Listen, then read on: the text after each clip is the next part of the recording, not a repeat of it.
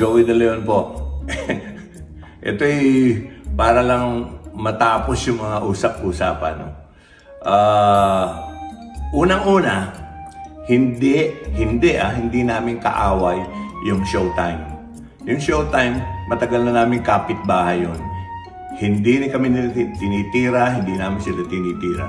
Ang pinapatungkulan namin ni Tito nung nagalit kami sa Itbulaga, yung mga social media na nagpo-post, yung mga alam nyo na, nagpiprograma. Kaya hinamon ko 15 years kung tatagal yung mga nagpo-post na yon, hindi Showtime.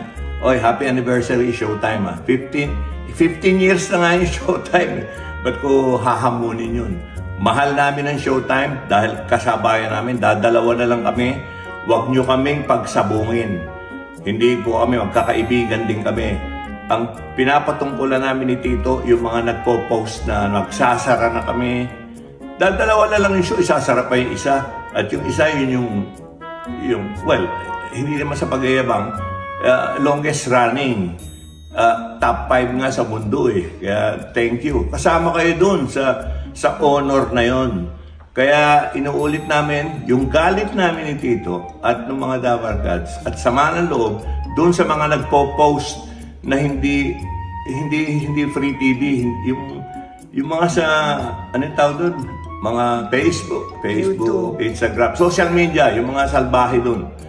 Kaya para malinaw, talagang luluhod ako, di pa ako kung baka 15 years yung mga chismoso na yon, yung mga sinungaling na yon.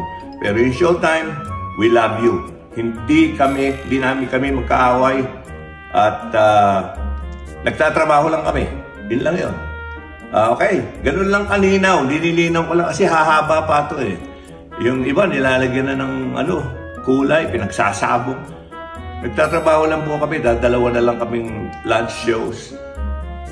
We love each other. Matagal na, mahigit 1 dekada na kami magkapitbahay.